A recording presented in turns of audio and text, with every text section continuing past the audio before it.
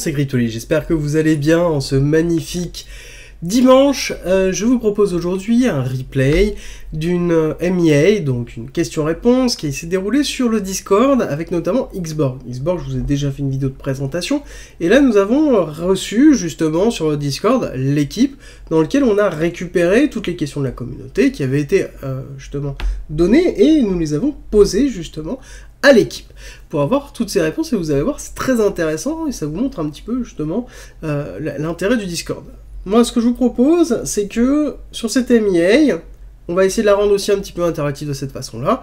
Vous postez vos questions que vous avez en commentaire, l'équipe de Xborg vous répondra certainement directement à votre commentaire, donc si jamais vous avez des questions, n'hésitez pas à les poser, c'est avec plaisir justement qu'ils le feront, et voilà, pour représenter le fait que la MEA se fait sur Discord, mais en même temps sur YouTube, avec justement ceux qui ne peuvent pas ou qui ne souhaitent pas aller sur Discord, vous avez accès quand même aussi à ce type de contenu. Bon, je ne le ferai pas tout le temps, mais vous allez voir, c'est très intéressant, et je vous souhaite un bon visionnage, et à très vite.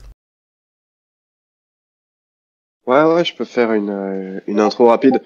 Premièrement, oui, petit disclaimer, je suis un peu malade. Donc je suis un peu fatigué, j'ai peut-être la voix et je parle un peu du nez, sûrement. Cependant, c'est tout bon pour l'AMA, y a pas de souci. C'est toujours un plaisir de parler de ce qu'on fait chez Xborg. Peut-être présentation personnelle avant, je sais pas si Oz, tu veux intervenir à un moment. Moi, je pense que le plus intéressant, c'est ce qui est relatif à la crypto, où je suis rentré dans le domaine en 2017. Au début, c'était plus côté trading, ce qu'on appelle du MEV. Ensuite, c'était côté DAO, donc j'étais vraiment côté tech. J'étais contributeur à MakerDAO, donc le protocole derrière le DAI. Ensuite, j'étais council member à CityDAO, qui est un autre DAO d'immobilier, enfin qui fait l'acquisition de pas mal de parcelles dans l'état du Wyoming aux États-Unis. Et bon voilà, j'ai fait quelques dApps, enfin quelques projets décentralisés, etc. En parallèle, j'étais en finance décentralisée, enfin en finance traditionnelle, pardon. Donc j'étais à Crédit Suisse en tant que quant. Ensuite j'étais à Rothschild en crypto. Et bon, avant ça, j'ai toujours été un grand gamer. Alors j'ai pas d'expérience pro en gaming, je suis assez jeune, mais j'ai toujours joué à temps partiel, je dirais, euh, en parallèle du travail, etc. Et, euh, et voilà, maintenant, ce qu'on fait, c'est qu'on crée des outils pour mieux valoriser les joueurs grâce à la blockchain. Et voilà, je pense qu'on va en dire beaucoup plus sur ce qu'on fait. Mais voilà une brève intro sur mon profil. Et je viens de Angers, s'il y en a d'ailleurs du coin. Salut à tous. Salut les gars, moi c'est Oz, Super Community Manager plus. J'ai rejoint Xborg en tant que premier employé. Mon parcours dans la crypto a commencé en 2000, peut-être 2014. J'avais pas bien compris le sens des crypto-monnaies. Je trouvais ça trop volatile. Je m'en suis éloigné pendant un certain temps et j'ai débarqué après le bull de 2017. J'ai intégré la DAO de Swissborg, dans laquelle j'étais un des plus gros contributeurs. Et au sein de cette DAO, j'étais à l'initiative de plusieurs projets, dont un projet gaming qui a attiré les lumières sur moi et qui m'a permis d'intégrer Xborg. Ma vie entière, c'est les communautés, les pensions, les colonies. Pas de prison encore, et j'espère que ça arrivera jamais. Donc moi, ce que j'aime, c'est le contact avec les gens et faire des projets ensemble, en fait. Et je pense que c'est les qualités sur lesquelles j'ai été recruté au sein de Xborg. Et évidemment, je suis un gros gamer. J'ai été no life pendant une grande période de ma vie. Donc voilà, enchanté tout le monde et merci pour l'invitation.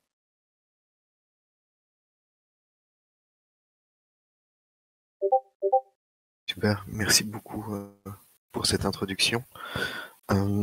Est-ce que vous voulez qu'on commence directement avec les questions ou est-ce que vous voulez faire un petit summary du projet avant? Ouais, on peut faire. Je pense que c'est bien. Merci pour la vidéo. C'était super cool. Enfin, sur notre projet. Donc, si on part du tout début, en fait, on est le projet gaming de Swissborg. Vous avez mentionné, enfin, il y a Os qui a mentionné ses contributions au DAO de Swissborg, mais en fait, on appartient. Enfin, il y a une partie de Xborg qui appartient à Swissborg. La relation est beaucoup. Enfin, c'est pas un partenariat ni une collaboration, mais c'est vraiment l'entité gaming de Swissborg. Maintenant, qu'est-ce qu'on fait de manière spécifique? Je pense qu'il y a 3 points. Donc, une partie communauté, une partie e-sport, une partie tech. Je vais parler aujourd'hui du point e-sport communauté en un seul point. Je vais peut-être détailler un peu plus après. Mais pour faire bref, on est la communauté en Web3 gaming la plus compétitive. C'est-à-dire que sur des jeux intéressants, donc par exemple du Eve.io, The Harvest, Skyweaver, Gods and Chains, on est super compétitif. Notamment en fait sur les FPS. C'est vraiment là où on est les plus forts. On a par exemple le clan numéro 1 sur Eve.io, The Harvest, Boundless. Donc voilà, on a à peu près 6000 joueurs actuellement. Et ça, la facette communauté, on l'a vraiment lancée en février de cette année. Et donc ce qui est intéressant, c'est que nos produits, notre technologie, enfin le protocole évolue avec la communauté, notamment grâce à notre drop d'NFT qu'on a fait il y a à peu près 3 semaines maintenant. L'autre partie, est certainement pour moi en tout cas la plus intéressante, c'est l'aspect tech. On a différentes verticales. On a la verticale identité digitale. En fait, on permet aux joueurs de bridger leur identité Web 2 vers le Web 3.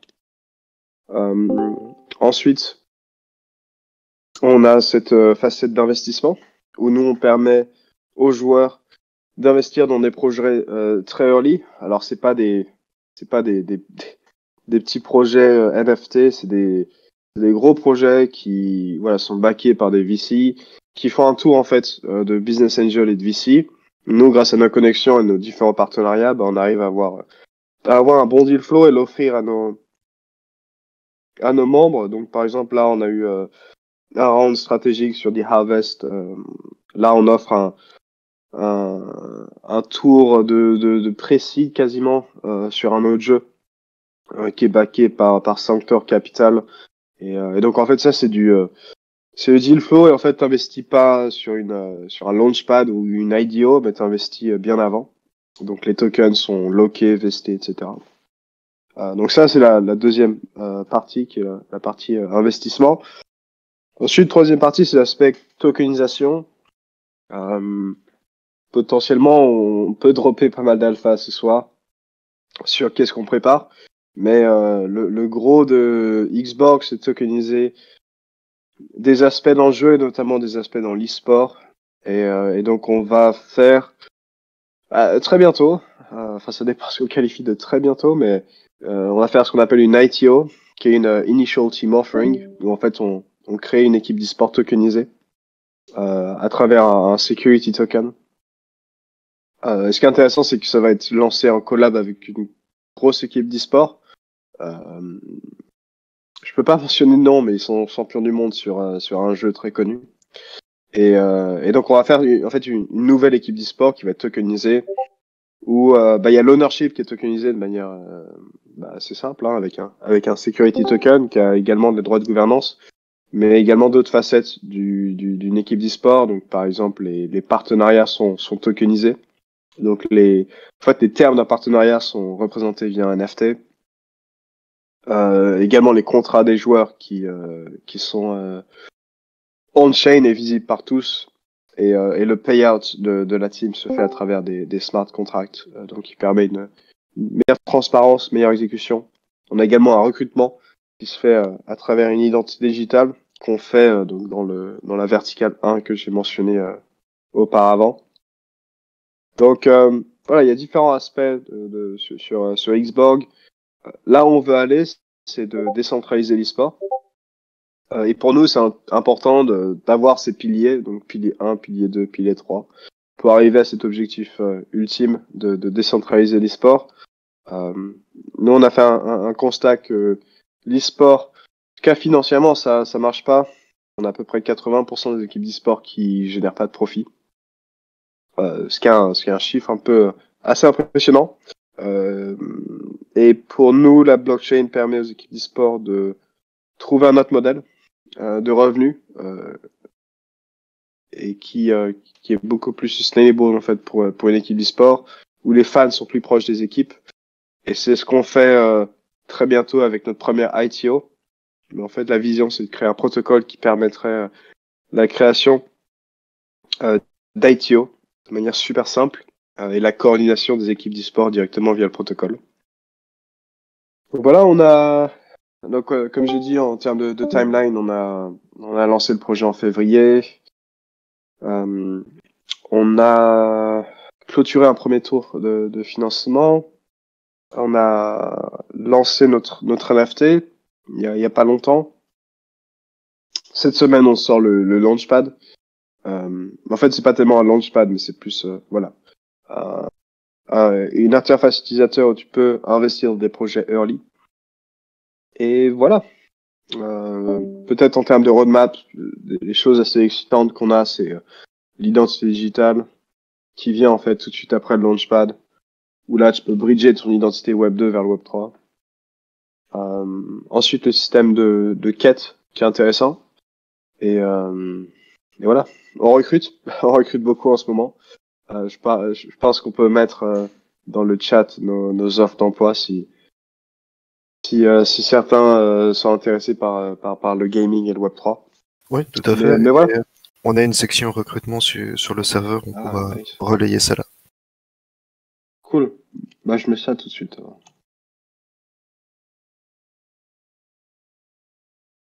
Voilà, c'est tout pour l'intro. J'imagine que vous avez pas mal de questions. Donc, let's go. Ouais, merci, c'est déjà vachement complet.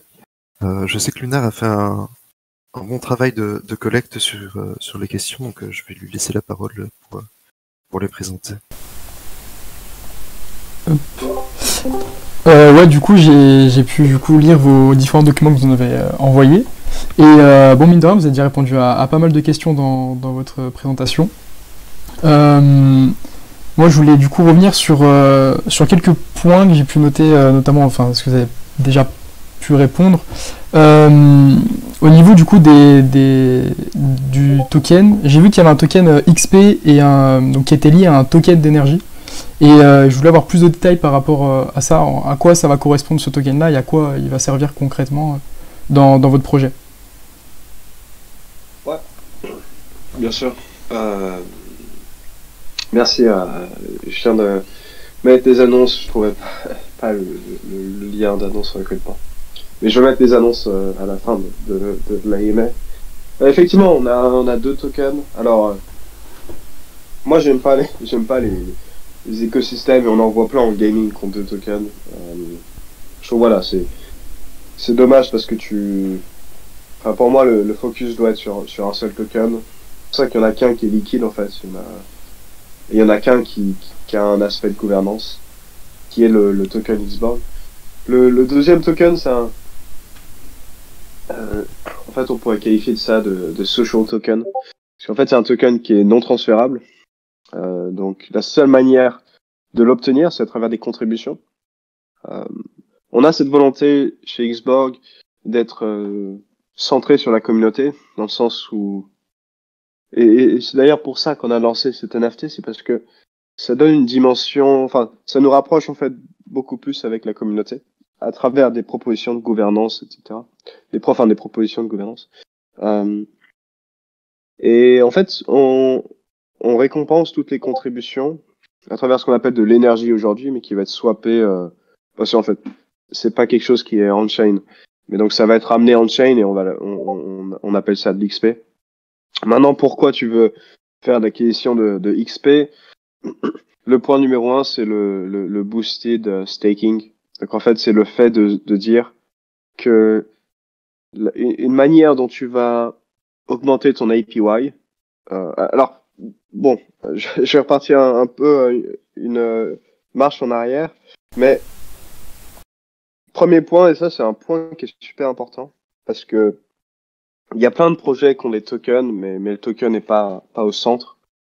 Nous, c'est vraiment au centre. C'est-à-dire que quand on parle de cash flow, donc les profits qui sont générés par Xborg, en fait, tout va à la trésorerie du DAO. C'est-à-dire que aujourd'hui, quand nous on a levé des fonds et quand on va continuer à lever des fonds, on va jamais lever des fonds avec de l'equity parce que, enfin, avec des parts de l'entreprise, parce que tous les cash flows, donc tous les revenus qui sont générés par le protocole vont aller à la trésorerie. Et nous, en tant que employés en fait du protocole, on va être payé directement par la trésorerie. Pourquoi je mentionne ça? C'est parce que on a un système de staking où en fait les revenus du protocole sont versés par les personnes qui vont stacker du Xborg token, un peu à la manière de Blackpool et leur token BPT. Nous, on part du principe que on veut récompenser les personnes les personnes qui contribuent. On veut pas faire de la surinflation du token. On l'a vu maintes et maintes fois. C'est des systèmes qui marchent pas, c'est-à-dire que bon, tu le vois avec les tokens de récompense à la Axie Infinity avec le SLP, avec d'autres jeux, mais même notre écosystème, on voit que ça fonctionne pas. Donc pour moi, ça fait sens d'avoir ce token-là qui te donne un APY qui est plus conséquent que si t'as pas de contribution. Mais en fait, ce qui est intéressant, c'est qu'il te faut quand même des tokens Xborg. C'est-à-dire que c'est pas de l'inflation pure, mais c'est de l'inflation en fonction de ton stake en fait que tu as mis dans la pool. Donc ça, c'est première utilité, c'est ce qu'on appelle le boosted stacking.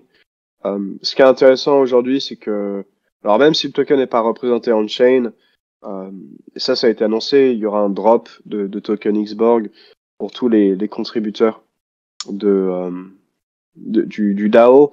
Et donc aujourd'hui, voilà, les personnes accumulent de l'énergie, mais en fait, ça va être converti, comme j'ai dit, avec de l'XP.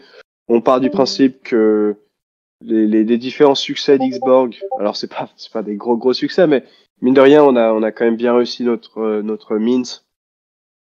Et on pense qu'une grosse partie de ce succès peut être attribuée aux différents contributeurs qui étaient là très early dans Xborg, qui en parallèle ont accumulé énormément d'énergie. Donc voilà, il y aura un drop de token Xborg pour remercier ces gens-là. À savoir que voilà, seule chose à faire, c'est contribuer à apporter de la valeur. En fait, on va trader au TGI de la valeur contre la valeur, je dirais intellectuelle versus la valeur monétaire. Ensuite, sur l'application, sur le protocole, tu as tout un tas de frais qui sont perçus. Donc c'est comme ça que la trésorerie accumule de l'argent et des profits. Et en fait, avoir des tokens XP, ça va te permettre d'avoir des frais moindres. Donc ça, on n'a pas tellement décrit le système de frais sur le protocole. Mais par exemple, que ce soit sur du prêt d'actifs. Donc par exemple, quand toi tu crées une équipe d'e-sport décentralisée, tu auras un module qui va te permettre de prêter des actifs. Et ben il y aura des commissions qui sont prises à chaque fois. C'est également valable sur la plateforme d'investissement, c'est-à-dire que on prend un markup de 10% sur chaque investissement qui est perçu. Une manière de contrer ça, c'est de soit avoir notre NFT qui est le Prometheus NFT qu'on a lancé il y a pas longtemps, mais la deuxième manière, ça va être également d'avoir tu auras jamais zéro frais, ça va être seulement avec les NFT. Mais une manière de réduire tes frais, ça va être via les contributions. Donc tu auras quand même pas mal d'utilité à travers ce protocole. Et après, tu auras certains, je dirais, NFT d'appartenance, mais également des Soulbound tokens liés au gaming que tu vas pouvoir récolter que si tu as un certain montant d'XP. Donc si on fait un récap Point 1, c'est le boosted stacking. Point 2, bon, c'est l'airdrop de token Xborg. Point 3, c'est un peu un système de réduction de frais. Point 4, c'est le système d'appartenance au protocole où tu auras différents NFT exclusifs qui, eux, seront tradables, mais seulement accessibles pour les meilleurs contributeurs. Ok. Ah, c'est une réponse plutôt complète. Ok. Si des personnes ont des questions, on pourra les poser à la fin.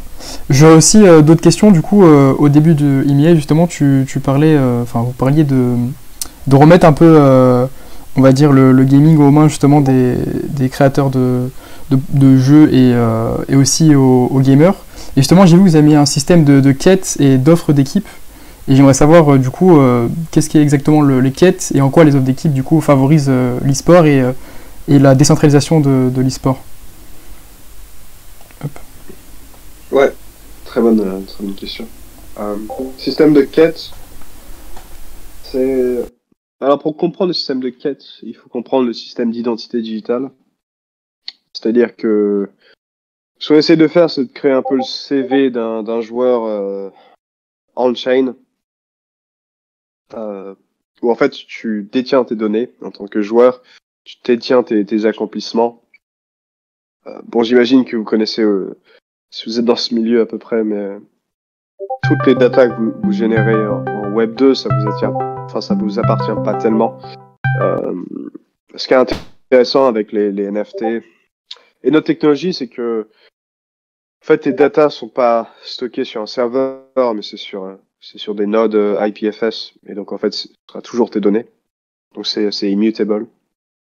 Ce qui est intéressant avec ça, c'est que tu te crées un profil, et en fonction de ça, en fait, tu vas avoir accès à des quêtes en fonction de ton profil.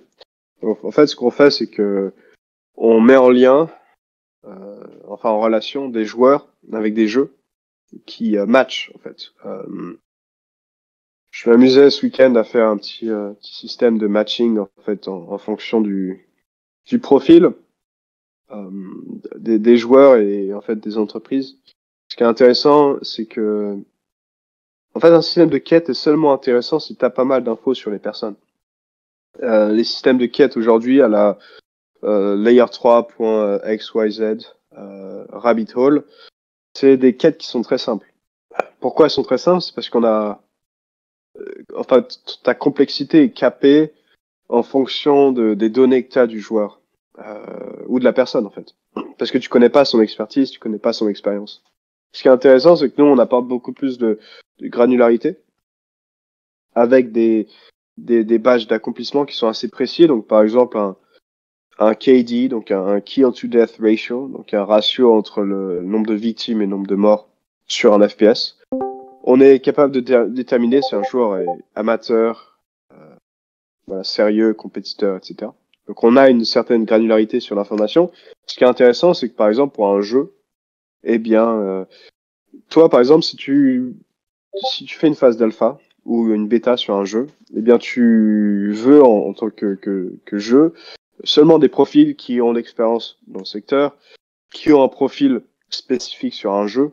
Donc par exemple, qui sont très bons sur un FPS, qui sont moyens sur un MMORPG, qui sont novices sur un jeu mobile. Et en fait, ça, c'est des données que nous, on a.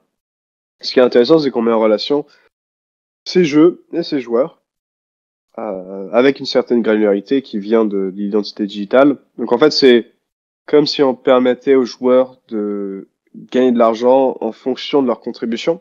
C'est un peu à la manière d'un freelance. Si tu veux. Par exemple, Upwork ou Fiverr. Sauf que ce sont des microtransactions qui sont 100% autour du gaming.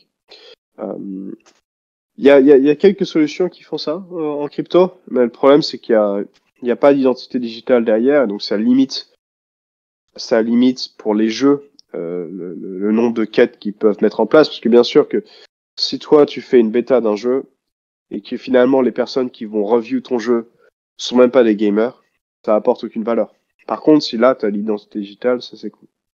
Ce qui est intéressant avec ça, c'est que c'est un autre module pour les équipes d'e-sport décentralisées.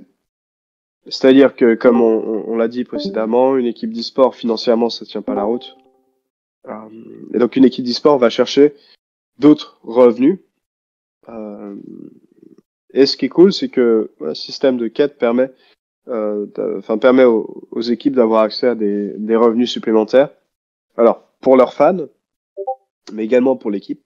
Et en fait, ce qui est intéressant, c'est que système de quête, il y a un système de référal pour les communautés. Et donc, ça veut dire que si tu as des fans de, par exemple, la Team BDS, qui vont faire des quêtes de la Team BDS, il y a la Team BDS qui va avoir un kickback sur toutes les quêtes qui sont complétées. Donc, ça fait des revenus additionnels. Donc, en fait, tu vas pouvoir monétiser l'influence d'une communauté au sein du protocole. Voilà. Est-ce que ça répond à la question? Ouais, ça répond parfaitement à la question. Et du coup, c'est bien compris, c'est pour avoir d'autres moyens de financement pour les projets, enfin les teams e-sport professionnels, quoi. Ouais, en fait, c'est vraiment en fait une couche de microtransactions. Mais on est vraiment, moi j'aime pas le système de play to earn, où on te dit bah tu vas simplement jouer et gagner de l'argent. Ça, c'est vraiment de la contribution, c'est du travail qui a de la valeur, et en fait bah, t'es rémunéré en fonction de cette valeur qui est générée. Nous, ce qu'on voit chez Xbox, c'est qu'il y a des personnes, enfin des jeux qui viennent vers nous pour des conseils. En fait, comme si nous on serait consultants. Et en fait, ce qu'on fait, c'est plus ou moins l'intermédiaire entre les jeux et les joueurs.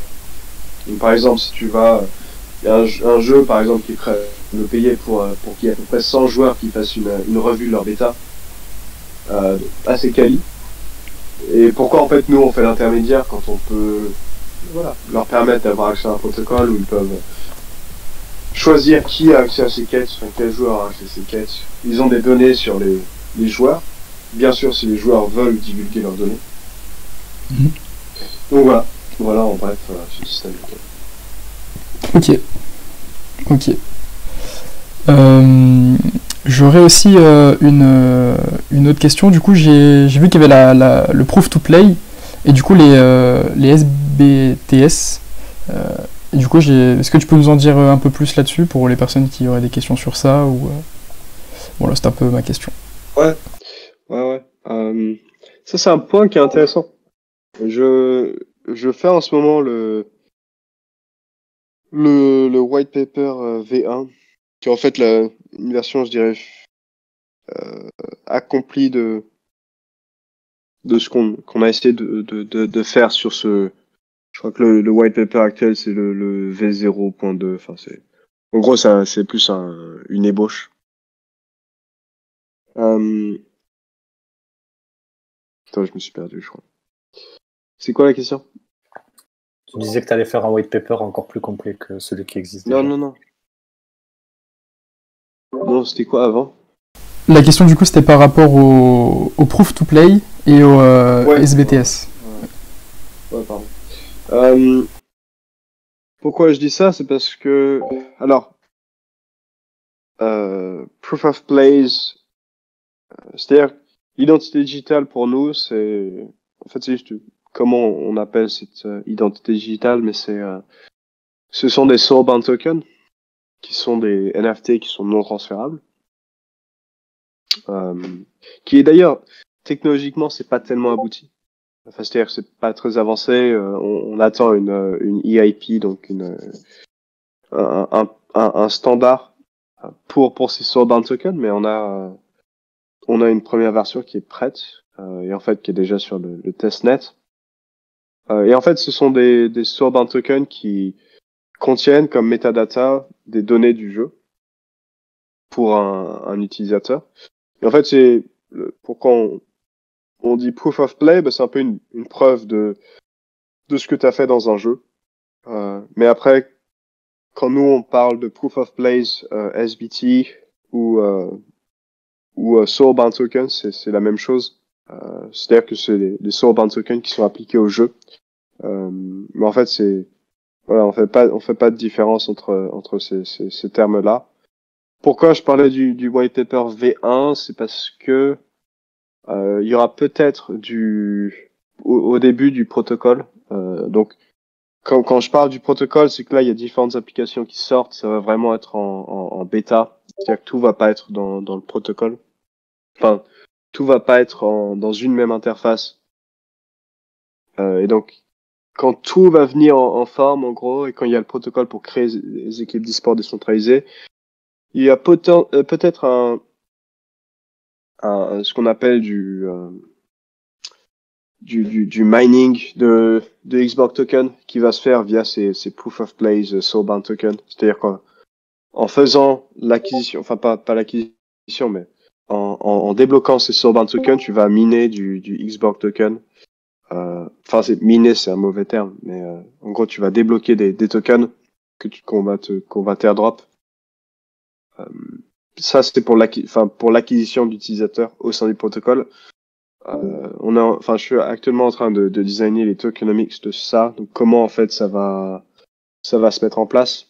Et je pense que ça peut être intéressant pour onboarder des utilisateurs initialement, en fait, comme font les protocoles DeFi.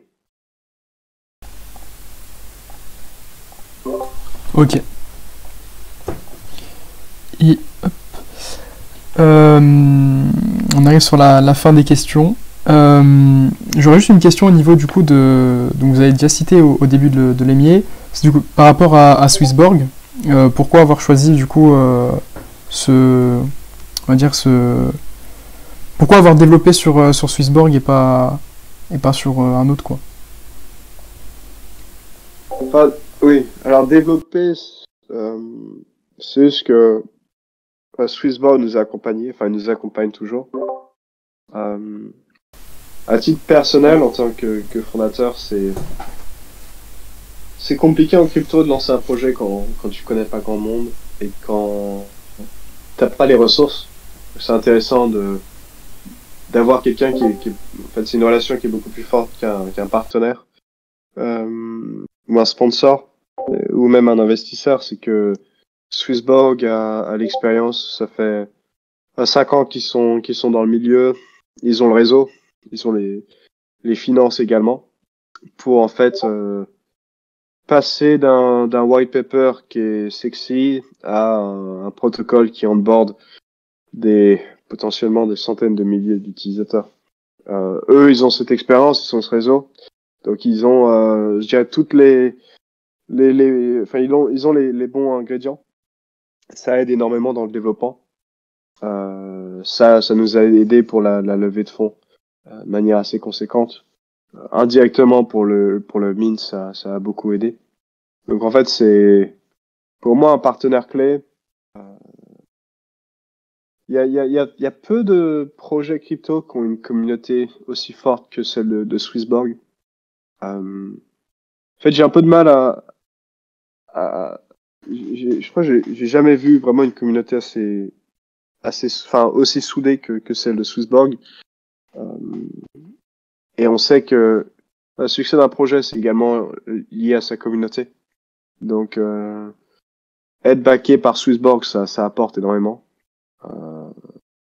Même, là, c'est tout bête, mais là, on recrute des profils. Les avoir sur la plateforme de Swissborg, ça apporte énormément de trafic. Donc, en fait, ça aide sous tous les angles. Après, en termes de technologie, donc voilà, on est backé par Swissborg, mais en termes de technologie, on est libre d'utiliser n'importe quelle tech. Même on est libre d'être sponsorisé par un échange. Il y a pas de limite là-dessus. Les fondamentaux de Xbox, ça reste la décentralisation.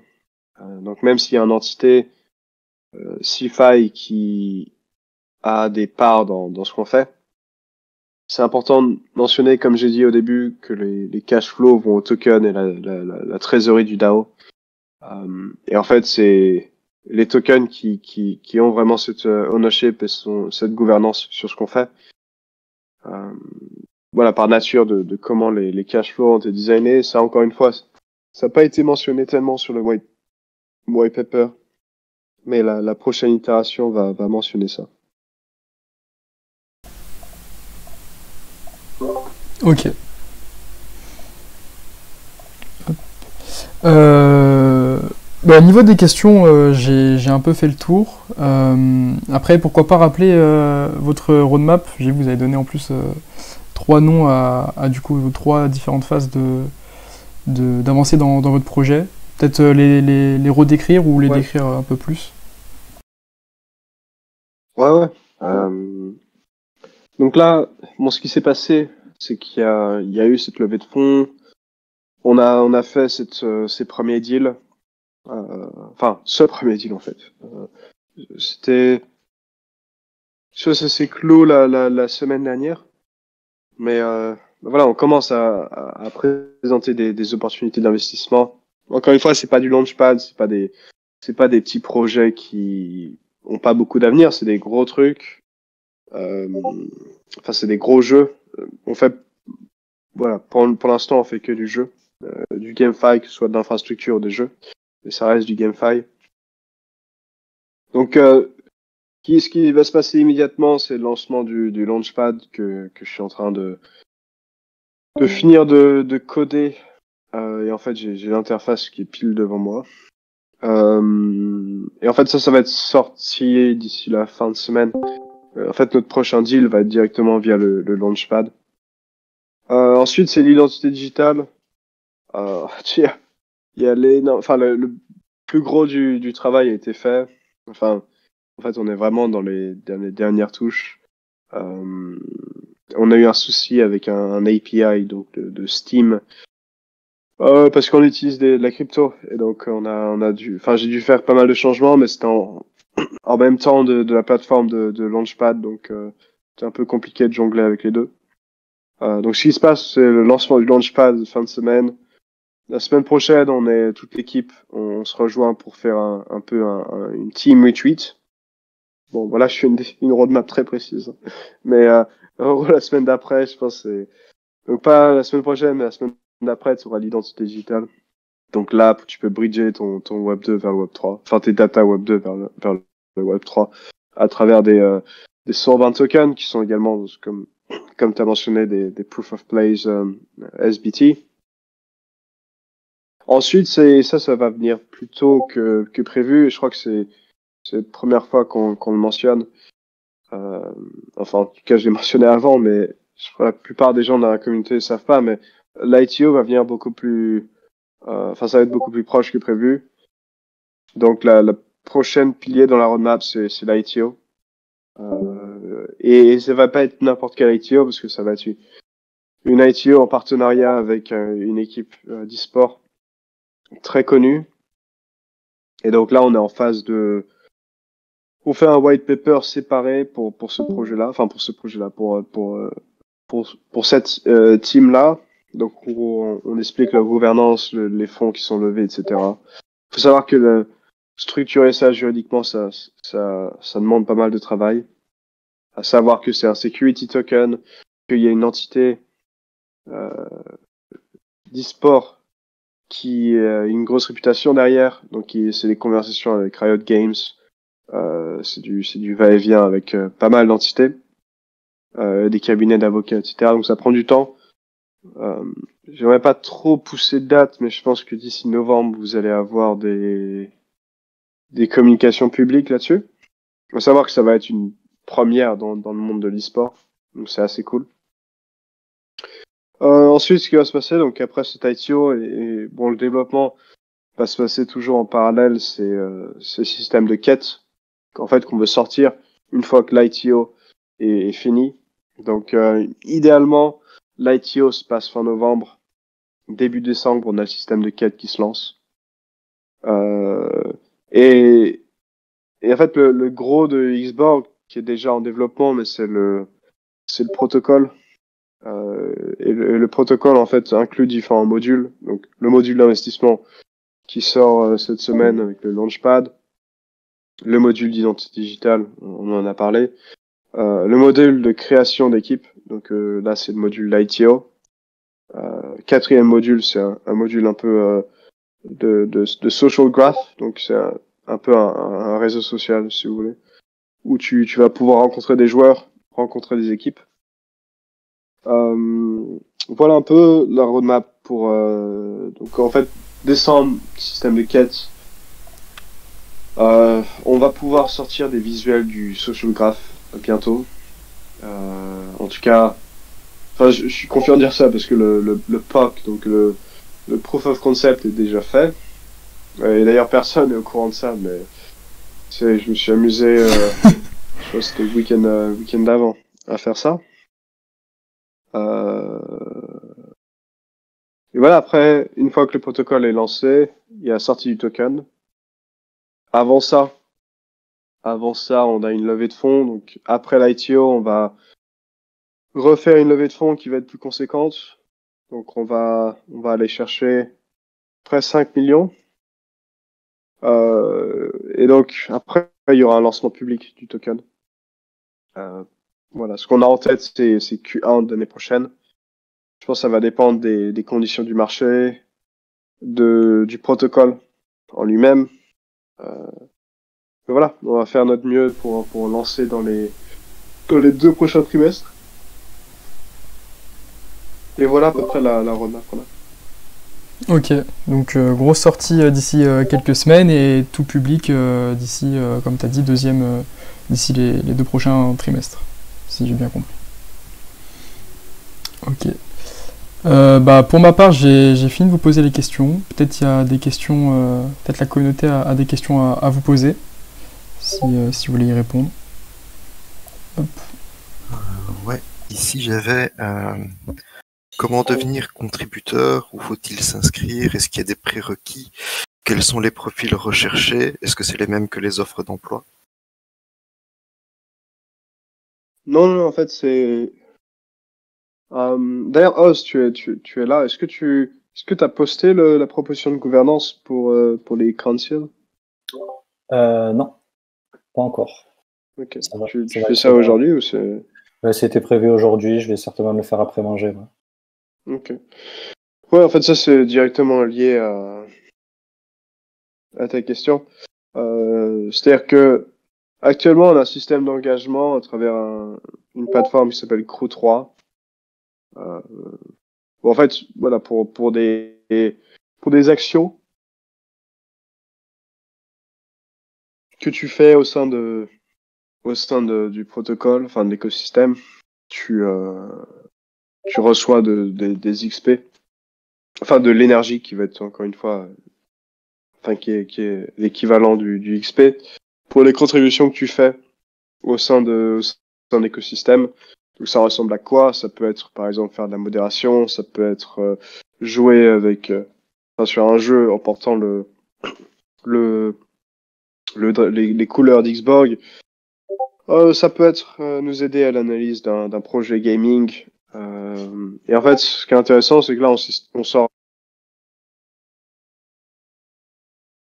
on sort une architecture de council où il y a différents councils. Il y en a un d'investissement, un de gaming, un de contenu, un de communauté. En fait, ce sont des councils qui vont recruter, enfin, pas recruter, mais regrouper 3 à 5 personnes, donc qui vont être élus via la gouvernance qui est mise en place par Xborg, sur différents points. Par exemple, sur l'investissement, c'est pour nous aider sur le côté investissement. Donc, il y a une rémunération qui n'a pas été mentionnée, mais il va y avoir tant du token Xborg directement que du XP. Potentiellement du cash directement. Je pense que ça dépend de l'implication des gens. Mais voilà, sur le côté investissement, bah, c'est aider à la due diligence. Pareil, on aime bien tout ce qui est alpha, donc enfin ce qu'on appelle alpha en crypto, donc faire la review de projets NFT, potentiellement obtenir des whitelists pour la communauté, etc. Donc ça va être dans le council d'investissement. Council gaming, ça va être la relation entre les différentes guildes de Xborg, les joueurs, les équipes d'e-sport. Contenu, bah c'est aider Sam qui est en charge du contenu à la création de contenu, donc faire de l'analyse de jeu, faire du contenu vidéo et aider Travis de notre équipe là-dessus. Mais voilà, ça va être mieux décrit sur notre proposition de gouvernance où bien vous allez pouvoir voir les différents councils qu'on a mis en place avec une description des councils et également une manière pour candidater et potentiellement être élu par la gouvernance.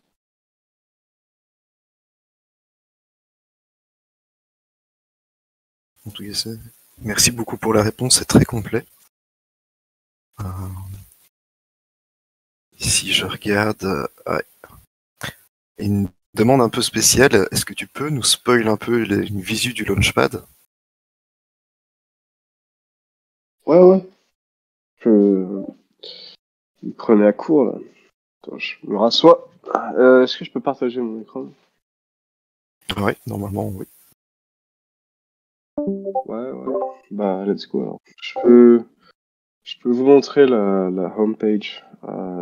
Je spoilerai plus d'écran à la communauté. Alright. Est-ce que vous voyez ça? En gros, ce qui est intéressant ici, c'est que... Tu devrais peut-être alors, couper la caméra, Lou, juste au cas où il y a des gens qui veulent rentrer. Ouais. Donc ça, c'est voilà, le Launchpad. Bon, après, je vais pas aller sur le hub, là. Là, en fait, si tu connectes ton wallet, ça, en fait, ça lie directement si t'as des NFT, parce qu'en fait, il y a des deals, il y a des deals publics. Bon, là, voilà, quelques chiffres sur ce qu'on fait. T'as un système de vérification, donc KYC directement sur l'app. Tu peux voir ton statut, tu peux participer et accéder au hub. Et tu peux, voilà, être notifié. Voilà ce que je peux montrer. Après, il y a le hub, mais je vais garder ça pour la communauté. Je pense potentiellement demain, je peux sortir ça. Super, merci beaucoup. Le teasing. Ouais, mais ça, c'est des trucs, je crois que même la team n'a pas vu. Parce que la façon dont on a fait ça, c'est savoir que initialement, le Launchpad, on voulait le lancer en novembre. Donc, il a fallu développer les trucs assez rapidement. Mais ouais, c'est-à-dire que le processus de KYC se fait directement via le Launchpad. C'est des trucs sympas, enfin, pas mal d'animation, etc. On a pas mal bossé là-dessus. Et voilà. Okay. Et, je suis à la sortie. Bon, je pense que ça dépend de la bande passante, de la bande passante. Je suis un peu malade, donc ça avance moins vite. Mais ouais, pour cette semaine, ce sera bon. Ok, super. En tout cas, ça annonce pas mal de choses sympas. Mais merci pour nous avoir amené cette exclusivité. Pour être tout à fait honnête, la demande venait de quelqu'un de chez Xborg. Je ne citerai pas. Ouais. Merci chez Zenix pour la mise en relation. C'était très bien vu. Ici, je vais avoir une petite question qui n'est pas innocente, hein, loin de là. C'est de se dire, vous mettez les gamers au centre de votre écosystème. Avec ça, pour le moment, en tout cas, il y a toute une partie d'investissement, comme ça a été décrit. L'investissement et le gaming, c'est pas quelque chose. C'est tout à fait nouveau. C'est pas quelque chose qu'on connaît beaucoup. Est-ce que vous prévoyez, ne fût-ce que des tutos, une formation pour les gamers qui veulent investir, ou chacun se débrouille? Ouais, bon, moi j'ai tendance à dire oui souvent, mais le problème c'est quand je pense que tout est une question de bande passante. On est au courant que effectivement il y a ce côté éducation qui est super important. Ce qu'on fait pour l'instant, c'est qu'on essaye vraiment de faire de la qualité. Donc quand on review un projet, il y a Sam qui fait, par exemple, un document de due diligence qui est assez long, donc qui va dans les détails. On est sur des vingtaines de pages, donc voilà, qui aborde comme en fait un fonds d'investissement. Et on a différents, j'imagine qu'on peut les mettre ici, mais il y a différents critères qu'on regarde pour investir dans des projets. Donc quand nous on se positionne sur un jeu, c'est que, enfin, on donne les raisons pour qu'on se positionne. Et voilà, il y a des critères de notation sur les jeux, enfin sur les opportunités d'investissement. Donc là, ce qu'on fait, c'est pour chaque opportunité d'invest, tu as un PDF qui décrit les opportunités. Bien sûr, la team est là. Ouais. Donc on répond aux questions. On apporte également la team du projet. Donc, pour répondre à les questions, là, on a un prochain deal qui est Runiverse. On a un ticket, je crois, 30 000, enfin une allocation de 30 000. Je crois que, je sais pas, Oz, mais je crois que le doc de due diligence est sorti. Laisse-moi regarder. Ou alors il va sortir très très bientôt. Mais là, ce qu'on aimerait faire, c'est potentiellement faire des séries de vidéos sur comment analyser des projets, comment faire d'investissement, enfin comment vêter des projets. Maintenant, en termes de bande passante, en réalité, je pense que c'était la team en ce moment est vraiment en capacité de 100% parce qu'il y a énormément de travail sur côté investissement, côté tech, côté ITO maintenant. Ça devient très occupé, mais ouais, cet aspect éducation est super intéressant. Et c'est quelque chose qu'on veut développer à travers le council du contenu. Donc le content council va aider là-dessus. Après, à quel point ça va se développer, ça je peux pas vous dire. Ouais. Mais comme je disais, c'était pas une question innocente parce que nous de notre côté, on a développé et mis en production le 21 septembre tout un parcours pédagogique sur la blockchain, la crypto, le trading, mais aussi l'investissement.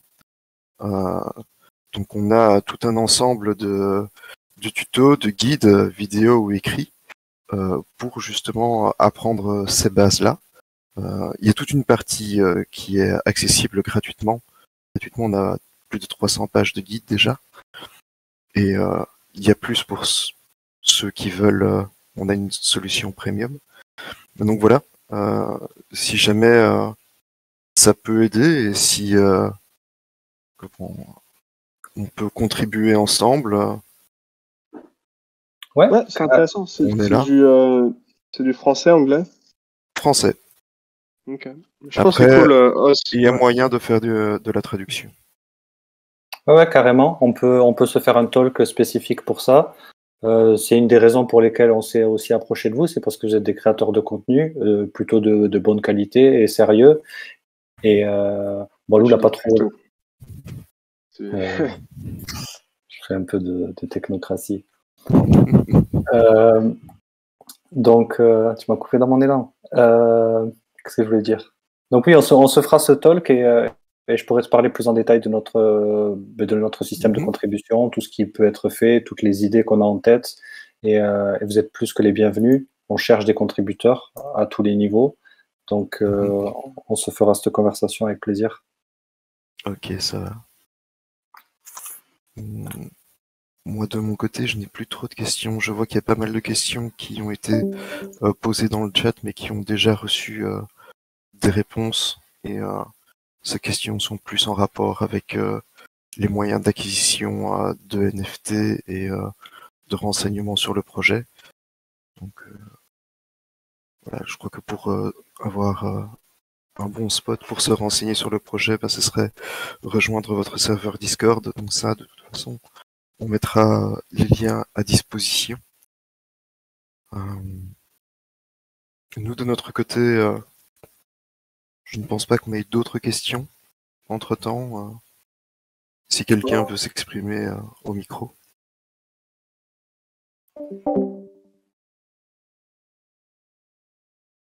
Bon, dans ce cas, je crois on peut clôturer. On peut vous laisser le mot de la fin. Ouais, merci beaucoup pour votre temps, à tout le monde ici qui écoute et qui écoute également en rediff. Ouais, je vous conseille de regarder juste ce qu'on fait. Peut-être jeter un œil à White Paper et la version qui va sortir, donc la V1. Si vous êtes intéressé par notre écosystème, n'hésitez pas à rejoindre ou en tout cas rester à jour avec les innovations de chez Xborg. Un simple follow sur Twitter ou rejoindre le Discord, ça peut apporter pas mal de valeur. Et sinon, ouais, je vous souhaite une bonne soirée. Et c'est cool en tout cas de voir qu'il y a pas mal de personnes actives qui diguent un peu des projets intéressants pendant le bear market.